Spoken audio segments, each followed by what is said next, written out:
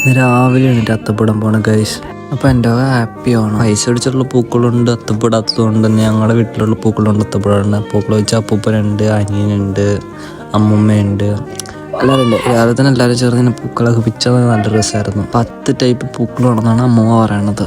ചേട്ടൻ ഒറ്റയ്ക്ക് മാറിയപ്പോൾ ഇത് മാത്രമാണ് ചോദിച്ചാൽ. ഞങ്ങൾ നല്ലൊരു ലൈവിനും ഉണ്ടായിരുന്നിട്ട് കൂടെ. പൂക്കൾ 10 ഐറ്റം ഉണ്ടോയെന്ന് എണ്ണി തിട്ടപ്പെടുത്തുന്നതാണ് ഈ കാണുന്നത്.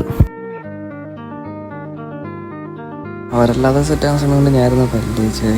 പിന്നെ അത് കഴിഞ്ഞിട്ട് അമ്മൂമ്മയാണെങ്കിൽ ചാണകം തെളിച്ച് ഞാനപ്പം ചേർന്ന സമയം കൊണ്ട് ഇലകളെല്ലാം പിച്ച് സെറ്റാക്കി. ഡിസൈൻ മുൻകൂട്ടി പ്ലാൻ ചെയ്യാത്തതുകൊണ്ട് കൈ കിട്ടിയ പോലെ ഡിസൈൻ കിട്ടി.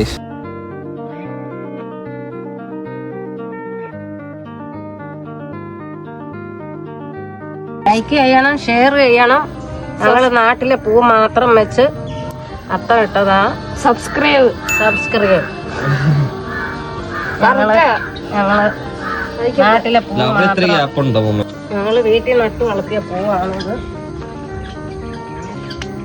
നിങ്ങൾക്ക് അവാർഡ് തരണം.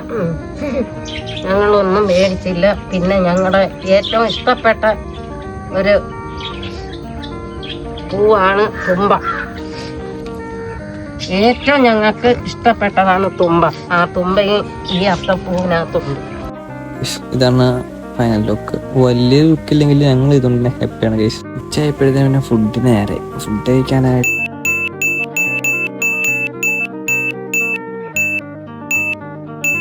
ഇത്രയൊക്കെയായിരുന്നു ഞങ്ങളുടെ ഓണസദ്യ. സദ്യക്ക് ആദ്യം വരുന്ന അനിയനും അപ്പൂപ്പനും ഞാനും മാത്രമേ വന്നുള്ളൂ. അമ്മയും കൂടെ ആണെങ്കിൽ വിളമ്പി തരാൻ നിന്നാണ്.